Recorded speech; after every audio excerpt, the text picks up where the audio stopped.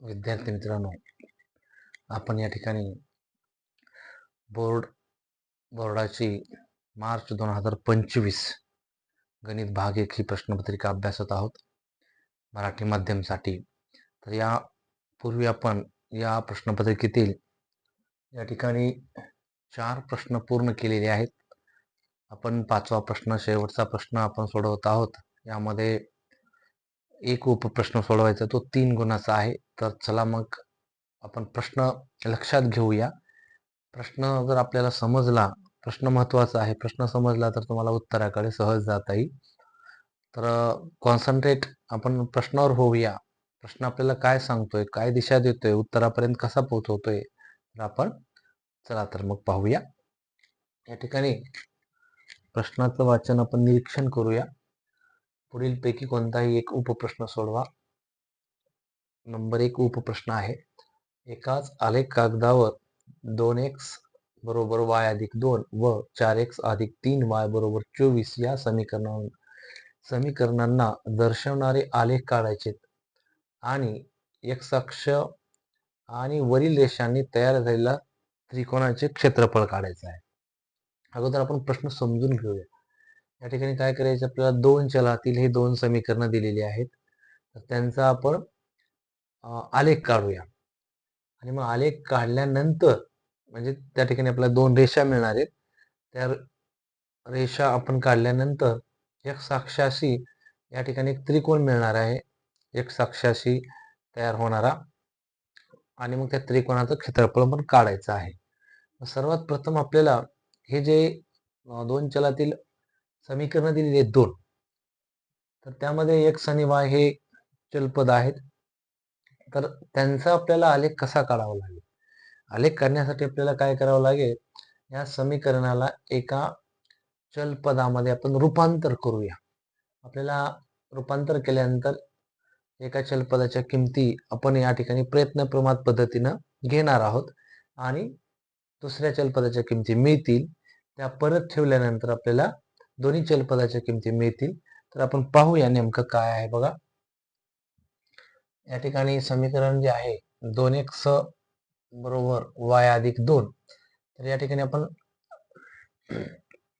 y ला रूपांतर करूया y मध्ये, आणि मग समीकरण काय येईल बघा, y बरोबर हे 2x धन 2 आहे ते इकडे येऊन ऋण होतील, आणि मग समीकरण मिळालं y बरोबर 2x वजा 2. तर या ठिकाणी आपण या समीकरणाला दिलेल्या रूपांतर केलेलं आहे y मध्ये, y ची किंमत. आणि मग अशा समीकरणामध्ये आपल्याला x च्या किमती मनाने घेतल्या जातात. मग मनाने कोणत्या घ्यायच्या? अगदी सोप्या आहेत त्या. मग लहान लहान घेऊया आपण. 0, धन 1, धन 2, ऋण 1, ऋण 2, कोणत्याही 3 किमती घ्या आणि ते बिंदू आपण स्थापन करणार आहोत. तर मग चला तर मग या ठिकाणी बघा, लक्ष द्या, x बरोबर आपण या ठिकाणी 0, धन 1, धन 2, धन 3 असं या किमती आपण चलपदाच्या या समीकरणात ठेवणार आहोत, आणि x च्या किमती ठेवल्यानंतर आपल्याला y च्या किमती मिळतील, आणि मग ते बिंदू आपल्याला आलेख कागदावर किंवा स्थापन करूया. आणि मग चला मग x बरोबर 0 घेऊ, आणि मग या ठिकाणी आपण समीकरणात, वरील समीकरणामध्ये जेव्हा आपण x ची किंमत 0 घेतली तेव्हा काय मिळेल ते समीकरण नंबर 1 घेऊया. तर y बरोबर 2 गुणिले x ची किंमत सुरुवातीला आपण 0 घेणार आहोत, मग 0 वजा 2, तर काय मिळतं समीकरण बघा. आता या ठिकाणी याला सोडवूया. 0 कोणत्याही संख्येला गुणलं तर ते 0च असणार आहे, वजा 2, म्हणजे या ठिकाणी y ची किंमत काय मिळते, लक्ष द्या, वजा 2 मिळाली. जेव्हा आपण x 0 घेतला तेव्हा y मिळाला ऋण 2. त्यानंतर नंबर 2, असे आपण 3 अनुक्रमे बिंदू स्थापन करूया. y ची किंमत, x ची किंमत आपण या ठिकाणी 1 घेऊया. x बरोबर 1 घेतल्यानंतर हे समीकरण काय मिळतं पहा, y बरोबर 2 गुणिले x ची किंमत 1 वजा 2, जशास तसे यावरच्या समीकरणात आपण ठेवत आहोत, आणि मग 2 गुणिले 1, 2 1 2 वजा 2 बरोबर 2 मधून 2 गेले 0. जेव्हा आम्ही x 1 घेतला, अशा 2 सारणी तयार करा, आणि त्या सारणीमध्ये पण x च्या किमती घेतलेल्या मनानं त्यावरी लिहा, आणि खाली आपण काढलेल्या किमती लिहा. x ची किंमत आम्ही 1 घेतली, 1 घेतल्यानंतर प्रयत्नप्रमाण पद्धती, तेव्हा y काय मिळाला, शून्य मिळाला. त्यानंतर आपण इथं लिहूया y हा शून्य मिळालेला आहे. चौकट करूया. y मिळाला आम्हाला शून्य. नंबर 3, जेव्हा आम्ही x ची किंमत या ठिकाणी 2 ठेवूया, x बरोबर 2 घेतल्यानंतर हे समीकरणामध्ये काय मिळते किंमत पहा बरं. तर y बरोबर 2 हे समीकरण, याला नंबर देऊया आपण. या समीकरणाला 1 नंबर देऊ शकतो. आणि मग 2 गुणिले x ची किंमत 2 वजा 2 बरोबर 2 गुणिले 2 4 वजा 2 बरोबर 4 मधून 2 गेले 2 राहिले. जेव्हा आम्ही x 2 घेतला तेव्हा y किती मिळाला? y मिळाला 2. या सारणीमध्ये लिहूया आपण y 2 मिळाला. तर या पद्धतीने आपण कोणते 3 बिंदू निश्चित करू शकतो. त्यानंतर दुसरं समीकरण आहे. दुसरे समीकरण आपण परत इथे घेऊया. दुसरं समीकरण काय मिळते आपल्याला बघा. 4x अधिक 3y बरोबर 24. y मध्ये याला रूपांतरित करूया आणि म्हणून सुरुवातीला 3y बरोबर 24. 4x जे आहे ते इथं धन आहेत, त्याची व्यस्त काय होईल? ऋण 4x होणार, हे लक्षात ठेवा. आणि मग परत नुसता y ची किंमत आपण काढणार, तर y बरोबर 24 वजा या ठिकाणी 4x आणि हा जो 3 आहे तो गुणाकारातला कुठे जाईल? हो, भागाकारात जाणार, हे लक्षात ठेवा. आणि मग आपल्याला आता आपण x च्या किमती प्रयत्न प्रमाण पद्धतीनं मनानं घ्या. आता काय करूया, या ठिकाणी कशा किमती घ्यायच्या जेणेकरून आपल्याला ही 24 वजा 4x छेदस्थानी 3 आहे, तर ही वजाबाकी केल्यानंतर 3 न भाग जाईल अशा संख्या आपण घेऊ शकतो. किंवा तुम्ही कोणत्या पण संख्या घेतला तर भागाकार हा अपूर्णांकामध्ये जाऊ शकतो. आणि मग आपण काय करूया, x च्या किमती 4 बघा, 4 चौक 16, 4 घेऊया, 4 एक घेऊया. त्यानंतर 25 5 घेऊ शकतो. परत आणखीन कुठली घ्यायची? 6 चौक 24,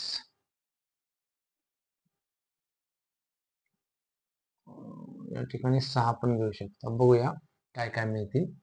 तर पहा, जेव्हा आम्ही x बरोबर 4 घेतला या समीकरणामध्ये, तर समीकरण काय मिळेल आपल्याला? तर y बरोबर 24 वजा, जेव्हा आपण x 4 घेतलोय म्हणजे 4 गुणिले 4 आणि मग काय 24, y ची किंमत आपल्याला 24 जशाच तसे वजा 4 चौक 16 आणि मग याकडे 24 मधून 16 गेले, 16 4 20 म्हणजे 8 राहिले. तर या ठिकाणी y ची किंमत आपल्याला 8 मिळते, परंतु छेदस्थानी आपला 3 राहिला या ठिकाणी बरं का. 3 आपण घेणार आहोत, 3 छेदस्थानी आहे आणि मग तो 3 घेतला तर y काय मिळेल पहा. तर 3 1 3 3 दोन्ही 6, 2 उरले, दशांश दिला, या ठिकाणी 0 राहील, साइन 3 संग 18 म्हणजे 2.6 मिळते. चालते आपल्याला. जेव्हा आम्ही x 4 घेतला तेव्हा y मिळाला 2.6. अपूर्णांकात गेलं तरी उत्तर आपलं बरोबर येणार आहे, ते चुकणार नाही. त्याच पद्धतीने इकडे बाजूला आपण या किमती ठेवूया. या ठिकाणी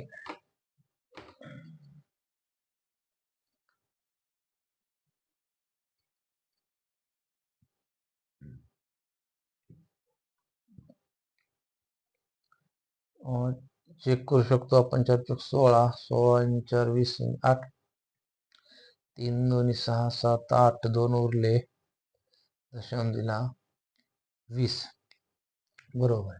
त्यानंतर आपण काय करूया, या समीकरणामध्ये x ची किंमत किती घेतली? x बरोबर 5 घेतली, तेव्हा समीकरण काय मिळेल हो? तर y बरोबर 24 वजा 4 गुणिले x ची किंमत 5 भागिले छेदस्थानी या ठिकाणी 3 आहे, तर 3 आपण लिहावं लागेल. 24 वजा पाऊण 24 भागिले 3. 24 मधून 20 गेले, 4 राहिले भागिले 3. y ची किंमत काय मिळेल? 3 1 3. किती उरला? 1 उरला. आणि मग आपण या ठिकाणी दशांश दिला तर तो 10 झाला. 3 2 6, 3 त्रिक 9, म्हणजे मग 1.3 आपल्याला मिळू शकतो y. 1.3 मिळाले. या सारणीमध्ये आपण एक किमती भरूया. 1.3. त्यानंतर आपल्याला या ठिकाणी x ची किंमत किती घेऊया? आपण 6 घेऊया. आणि मग x किंमत 6 घेतल्यानंतर समीकरण परत काय मिळेल ते?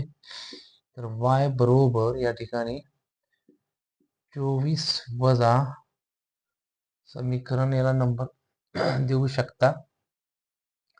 या ठिकाणी आपण याला नंबर 2 देऊया.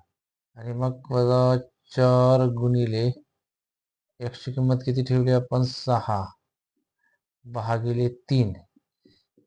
24 वजा साइन 24, 24 वजा 24 म्हणजेच y काय मिळाला? 0 भागिले 3, म्हणजे तो मिळतो आपल्याला 0. शून्याला कोणत्याही संख्येने भागलं तर या ठिकाणी काय मिळेल? 0 मिळणार आहे. आणि मग इथं मिळाला 0. तर अशा या सारणी तयार करून हे कॅल्क्युलेशनला मार्क असतात. अचूक कॅल्क्युलेशन करा आणि या ठिकाणी आपण हे बिंदू स्थापन करूया. पहा तर मग एक एक बिंदू एका एका समीकरणाचे आलेख आपण सर्वात महत्वाचं प्रमाण लिहा. प्रमाण x आणि y अक्षावर 1 सेंटीमीटर बरोबर 1 एकक घ्या. आणि मग x अक्ष आडवं काढलं तर आपण त्यालाच x डॅश म्हणणार आहोत. उभं आहे y o y dash. x अक्षावरच्या संख्या उजव्या बाजूच्या धन डाव्या ऋण घेणार आहोत. वरच्या धन y आणि खाल्ल्या ऋण असतात y डॅशच्या. आणि मग या ठिकाणी आपण हे बिंदू स्थापन करूया. x किती आहे? 0. x 0 म्हणजे त्या ठिकाणी y ऋण 2. याचा अर्थ की तो बिंदू ऋण y अक्षावर आहे. आणि मग आपण x 0 आणि y किती आहे? y आपला ऋण 2. तर हा बिंदू आपण इथं स्थापन केलेला आहे. त्यानंतर x 1 धन 1 आणि y आहे 0, म्हणजे तो बिंदू आता इथं आला x अक्षावर. इथं साईडला आपण बिंदू स्थापन करूया. x 0 x 1 आहे आणि y हा 0, म्हणजे तो बिंदू x अक्षावर. त्यानंतर तिसरा आहे x धन 2 y धन 2, म्हणजे हा x धन 2 y धन 2, म्हणजे या ठिकाणी या x कडून येणारी आणि y कडून येणारी या दोन रेषा जिथं छेदतात तिथं तुमचा बिंदू आहे x 2 y पण 2. आणि मग या 3 बिंदूतून आपण एक रेषा काढूया. या ठिकाणी आपल्याला रेषा अशी मिळेल.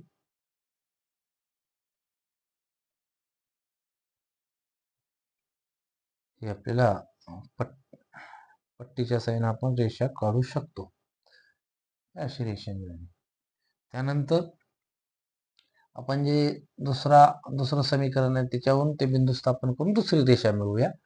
तर x किती आहे? धन 4, x धन 4 आणि y 2.6, म्हणजे 2च्या पुढं 6वी रेष. 2च्या पुढं 6वी रेष इथं आहे. आणि मग इकडून जाणारी आणि x 4 x कडून चौथ्या निर्देशकाकडून येणारी तो बिंदू इथं असेल आपला. x आहे 4 आणि y आहे 2.6. त्यानंतर x धन 5 आणि 1.3, 1च्या पुढे तिसरी रेष धरा. 1 2 तिसरा बिंदू. इकडून y कडून येणारी आणि x किती आपला 5 आहे. आणि या पद्धतीनं हे बिंदू इथं आहेत. त्याचं निर्देशक लिहूया. x किती आहे? 5 धन 5 आणि y आहे 1.3. धन 5 आणि 1.3. त्यानंतर x 6 आणि y 0, म्हणजे या ठिकाणी तो बिंदू इथं आहे. जसं की x 6 आणि y 0. यातून जाणारे आपण हे 3 बिंदू मिळाले. यातून जाणारी एक रेषा काढूया. पट्टीच्या साहाय्याने आपण हे 3 बिंदू जर जोडलात अशा पद्धतीनं आलेख तुम्हाला रेषा एक मिळणार आहे. दुसरी रेषा आपण काढली आणि मग एक त्रिकोण पण मिळतो या ठिकाणी पहा. आणि मग आपण हा आलेख काढला. आलेख काढला म्हणजे पहिल्या समीकरणापासून 3 बिंदू मिळाले, दुसऱ्या समीकरणापासून 3 मिळवले, 2 रेषा मिळाल्या. यालाच आपण रेषीय समीकरण असं म्हणतो. रेषीय समीकरण का म्हणतो तर या ठिकाणी आपल्याला या समीकरणाच्या सहाय्याने आलेख कागदावर बिंदू स्थापन करता येतात, बिंदू मिळवता येतात आणि बिंदूतून रेषा काढता येते. म्हणून आपल्याला दोन चलातील रेषीय समीकरण असं म्हणलेले 2 रेषा या ठिकाणी मिळालेल्या आहेत. आणि मग परत आपल्याला या आपण नंबर ए का होता बघा, यामध्ये समीकरण दर्शवून आलेख काढले. त्याच्यानंतर एक्स अक्ष आणि वरील रेषांनी तयार झालेल्या त्रिकोणाचे क्षेत्रफळ. आता या ठिकाणी त्रिकोण मिळतोय. आपण याला बिंदूंना नावं देऊया. इथं ए हा घेऊया बी आणि इथं घेऊया ओ. आणि मग आपल्याला या ठिकाणी त्रिकोणाचे क्षेत्रफळ बरोबर आपलं काय सूत्र आहे हो, एरिया ऑफ ट्रायंगल त्रिकोण ए ओ बी बरोबर काय सूत्र आहे, बरोबर 1/2 गुणिले पाया गुणिले उंची, पाया गुणिले उंची. आणि मग या ठिकाणी 1/2 जशास तसे पाया आपला आता मोजूया किती सेंटीमीटर झाले बघा. इथून इथं 1 2 3 4 5 हा 5 झाला. आणि जनरली हाईट आपली हे अशी काढली तर जवळपास 4 पर्यंत जाईल. आणि मग हे 4 आहे ॲक्युरेट त्या ठिकाणी. तर आपल्याला आपण हा भागाकार केला, पाया घेतला, पाया मोजला 5 सेंटीमीटर, हाईट घेतली 4 सेंटीमीटर. आणि मग या दोन आपण भागलं, या सूत्रात किंमत ठेवला 1/2 गुणिले पाया गुणिले उंची, 2 2 4, 5 गुणिले 2 10 सेंटीमीटर वर्ग या त्रिकोणाचं क्षेत्रफळ मिळालं. म्हणजे असा सोपा प्रश्न होता. निरीक्षण केल्यानंतर सहज आपल्याला या ठिकाणी उत्तरापर्यंत पोहोचवता येतं.